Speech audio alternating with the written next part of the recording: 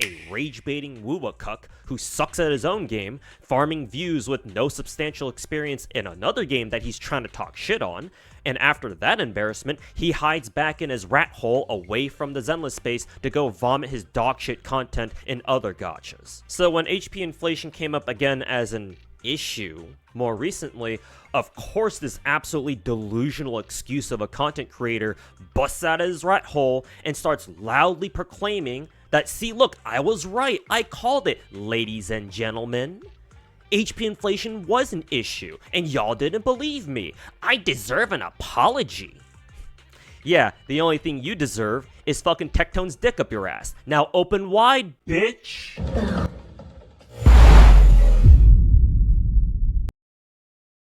Yeah, so I was in Foxhole's chat and I saw that snippet, that clip, whatever, and I didn't watch the full video, so this will be a first for me too. But I did see that one part, and it seemed like, from my understanding, it seems like it's about the ZZZ HP inflation and how, I mean, the video's title, it's still a joke, right? And obviously Tuhu has a ton of gacha experience. So I'm sure from his perspective, he's played gacha games that have more rampant power creep, or power creep that's like, you know, actually a problem, right? Like obviously, even during the whole ZZZ summit, I like to call it, where all the creators got together, even Saint was there, and pretty much everyone, I wouldn't say like everyone, but like I'd say like 80% people agreed that like, okay, this has started to go into a direction where it could potentially become a problem. You know, all of these older units are not clearing. Now, with that being said, we do have a bunch of new information with 3.0, or with the next soft relaunch of Zenless. So I won't get into too much of that, but apparently it looks like it is probably going to be handled. But let's just see what he has to say. Let's let him cook.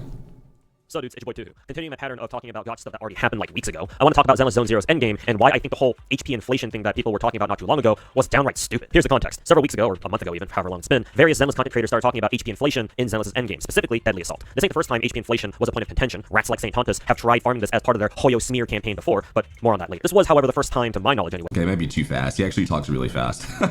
He actually talks really fast. Let's do that. Right, that actual Zenless content creators talked about HP inflation as an actual potential issue. So of course, as you might imagine, the rats, again, namely St. Tontus, took advantage of the situation, like the content vultures they are, with the clown himself making videos like these, gloating falsely about how he was right all along about HP inflation in the game, and demanding that the Zenless player base apologize to him. Let me start with the Zenless CCs. My initial guess as to why they were so concerned about all this was that, oh, this must have happened back when we first got to Rupture class, our newest class that, you know, Zenless got as a 2.0. And since theory crafters and content creators weren't used to having to factor in Rupture characters into their calculations and their gameplay and whatnot, they must have misinterpreted the situation. They might have seen bosses with a ton of HP like that, not realizing that not only did Hoyo intend for you to use these new Rupture characters against them, but also that these bosses could also have like these miasma gimmicks that if you exploit them properly, they negate their larger HP pools or otherwise help you beat them. But according to someone on my Discord, I mean, I've said that a million times. I'm not gonna harp on that again. But like, yeah, you get heavily rewarded from breaking that miasma. You really get heavily rewarded. So you can still clear any miasma boss with like any unit outside of like Rupture units for sure. Is Rupture better against it? Sure, but that's intended, right? apparently, the HP inflation issue was a big deal for the Zenless CCs, specifically because it affected their or other endgame players' ability to straight up kill the bosses in Deadass. Assuming that this really was the case, and there's no other context that I should probably be aware of, if you guys know any of the Zenless CCs who were talking about this back then, you can have them, like, I don't know, stop by this video and leave a comment to, like, fill in the gaps. But until then, I'm gonna be honest, I mean, when am I not, this was a pretty stupid thing to complain about. For those of you who don't play Zenless, Deadly Assault, I call it Deadass for short because, haha, it's funny, is the second endgame mode that the game got earlier this year, I think. Could have been last year too, sometime, I don't remember exactly. While Shiyu Defense is the standard endgame mode that Hoyo players have come to love and enjoy, I'm sure, Deadass, on the other hand, is a bit different. While Shiyu Defense is your typical, you know, bring two teams that preferably have characters that are best suited for those enemies there, DPS check situation, Deadass presents you with 3 bosses that rotate every 2 weeks. These bosses have insanely huge health pools, so much so that your average endgame player is not expected to kill them, though obviously it's still possible. Rather, your performance and therefore rewards are determined by how high of a score you can get total out of those 3 bosses. I'll explain more about how Deadass works in a bit when we move to the next part of the video, but for now, the most important part here is that you are not supposed to kill the bosses in Deadly Assault.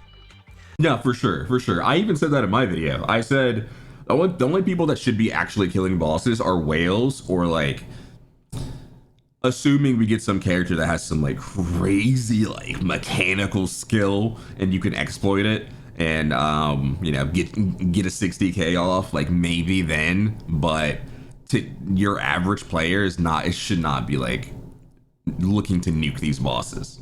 Most players will never You come should just be looking in the clear, you know? anywhere within sniffing distance of killing them, but that doesn't matter because Deadass doesn't care if you kill them or not. It just wants you to get at least 20k score for a full clear. For the record, I don't claim to be like an MLG Pro 360 no scope 420 fucking 69 blaze it type shit player posting videos of me straight up murdering the bosses on Deadly Assault. I've been able to get 20k scores on every season of Deadass, all their bosses anyway, for the past year, and Shiyu defense has been a non-factor for even longer.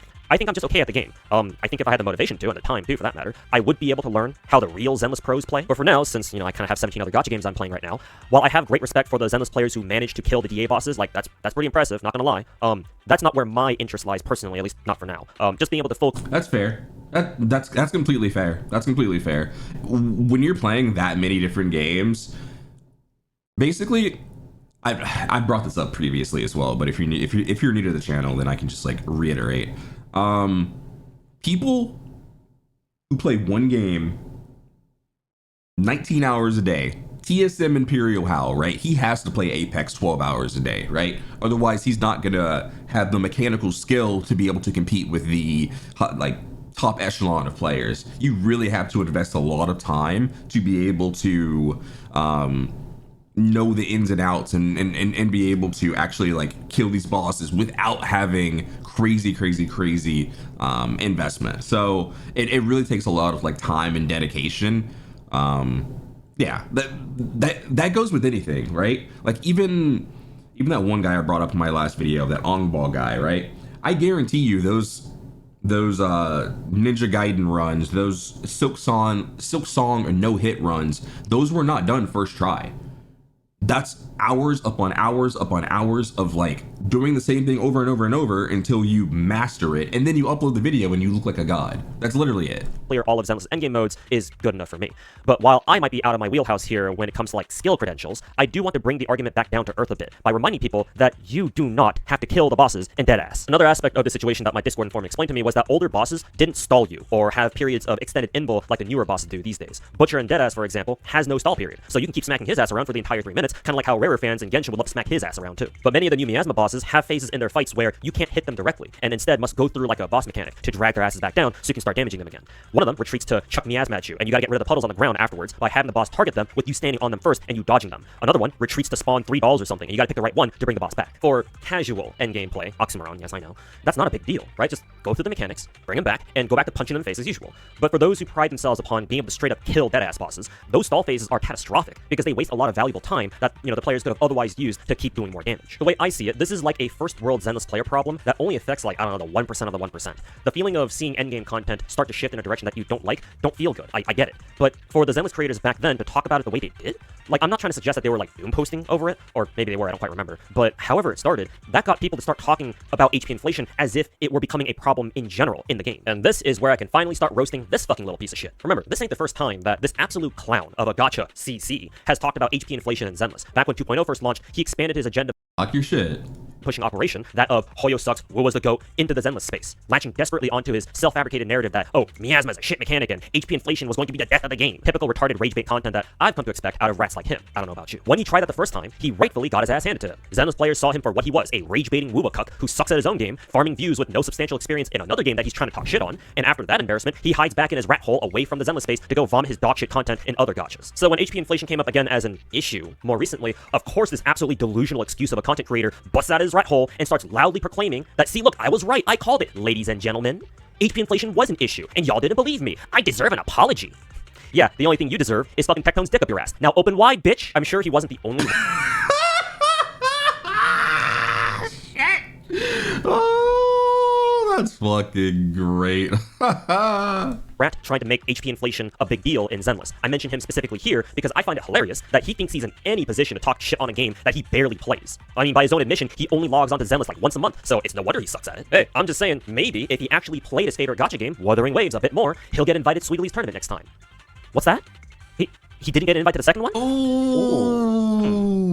I guess losing to her the first time around didn't feel too good, huh? But Ooh.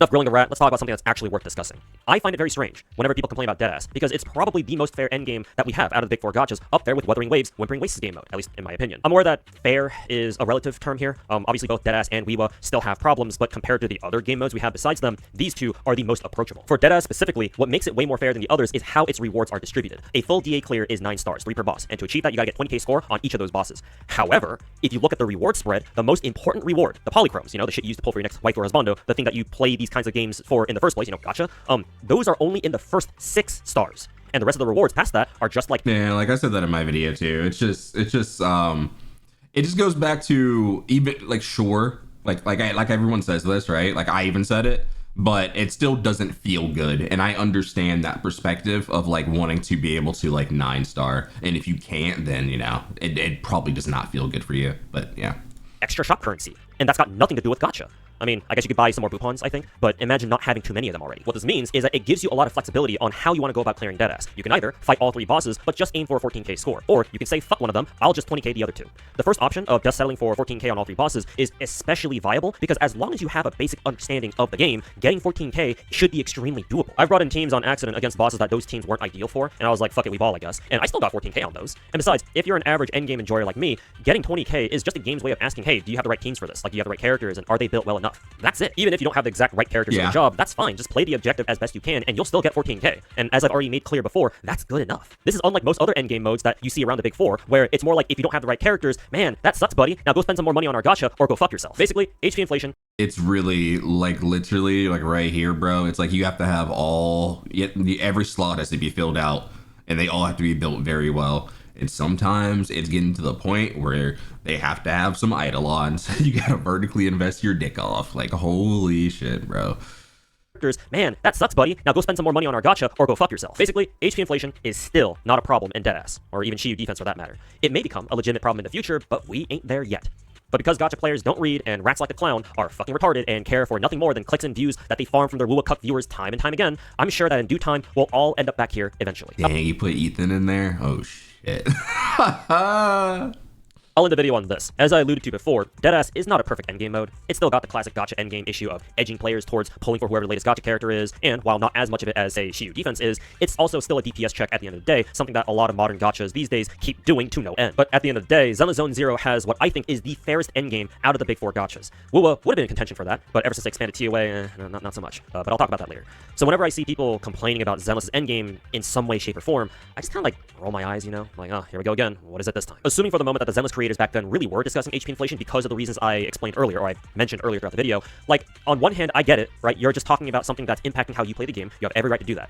But understand that endgame, or hardcore players, or whatever the hell we want to call ourselves, we talk about things in a game that will confuse casuals, or at least less serious players. They take what we say and either misconstrue it or misinterpret it, or oversimplify it to the point where it's lost its original meaning and message. And here on the internet, where everyone basically plays a 24/7 game of telephone, when people find something viral to talk about, oftentimes the original intent comes out so horribly warped that it's taken on a whole new narrative of its own. Obviously, many casuals don't do this intentionally. Like, a lot of the time, they just don't know what they're talking about. It's not like they're doing it with any malicious intent or anything. But that allows rats like St. Pontus to take advantage of the situation and use it as fuel to keep their propaganda machines running for their daily bread. In the midst of misinformation and a lack of general awareness about things related to gacha, they can come in and steer the narrative in ways they want, which is why the Zenless CCs need to step in and clear that shit up, rather than help propagate it even further themselves. So hey, I guess for next time, try to be a bit more careful with your words or how you say them, because people out there who don't know any better might hear what you say and run with it for as far as they can go. And since in our sphere we gotta deal with rats like these, you know damn well that any one of them will pounce on anything even remotely resembling a new way to push their rat agenda forward, like it's a piece of cheese or even a whole ass slice of pizza. Like, damn, how the hell did I end up waking up in the middle of New York City? Thanks for watching. Like and sub if you enjoyed the video, and check out the Patreon. Also check out the stream right here on YouTube or over on Twitch, and follow my Twitter for more gacha takes. Oh man, that was let me know what you guys think, man. Shout out to you. I mean, I don't have a problem with the guy. I don't have a problem with it. I mean, you guys have seen my channel. Yeah, I only have a problem with like people who call me out specifically, so and then I'll handle it like I have in the past. But yeah, I mean, I get his perspective for sure. Obviously, he has a different perspective just because he plays so many gachas. You know what I'm saying? Like, it's gonna be completely skewed compared to like people who are only playing Zenless. If you're only playing Genshin, Zenless, and Wuwa or something, right? That's your only like baseline to compare it to. So I get it. I totally understand his perspective. But yeah, let me know your thoughts down below, and I'll see you in the next one. Peace.